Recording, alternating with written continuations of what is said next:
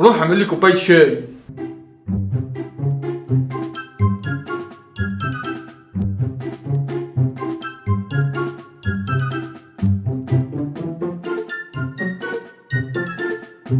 يا بيت ما فيهوش راجل، انا عايز راجل يجي لي دلوقتي. مفيش راجل يعني؟ دلوقتي انا راجل البيت. يا نهار اسود، بابا. بابا. ده انت اللي بابا بتعمل ايه يا حيوان؟ لا لا لا، بص انا فاهمك. انا كنت قاعد لوحدي وتخيلت كده بقى ان انا ايه، عندي بيت ومتجوز بقى وخلفت وعندي اطفال وعامل نفسي يعني مسيطر عليهم، فقلت اطلع بقى الحماس والشهامه والرجوله اللي جوايا يا حاج.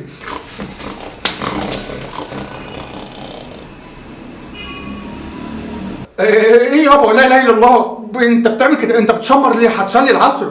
اجي اصلي معاك طيب؟ لا يرحمك، هصلي عليه. يا نهار اسود.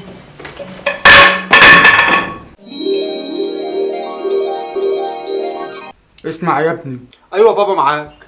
هما كلمتين مالهمش تالت، ما تعملهمش طول ما انا عايش. اتفضل يا بابا قول ايه هما. هما ايه دول؟ الحاجتين. وانا ما قلتهمش؟ لا بصراحه بابا ما قلتهمش. يبقى ما تعملهمش.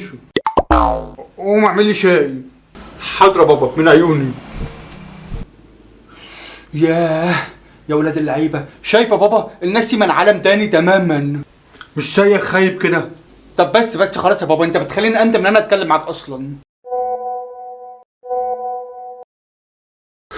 ياه يا حبيبه قلبي، ماليش غيرك والله اخيرا. يا نهار اسود، مين دي؟ الله يفتحك.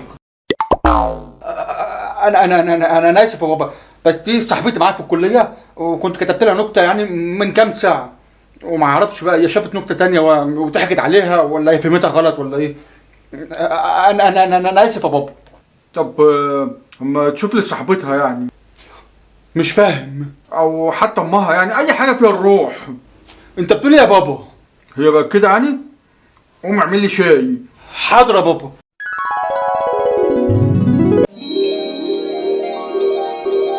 انا هخطب قريب ان شاء الله يا ابني.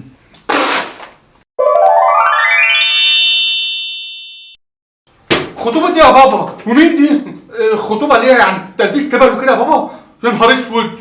لا لا لا لا، مفاجأة بقى.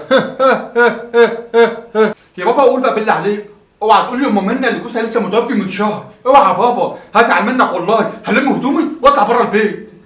لا يا ابني بهزر معاك، قاصد يعني ان هخطب في المسجد يوم الجمعة. تخطب في المسجد يوم الجمعة؟ وحشة يا بابا وحشة. روح اعمل لي كوباية شاي. حاضر يا بابا.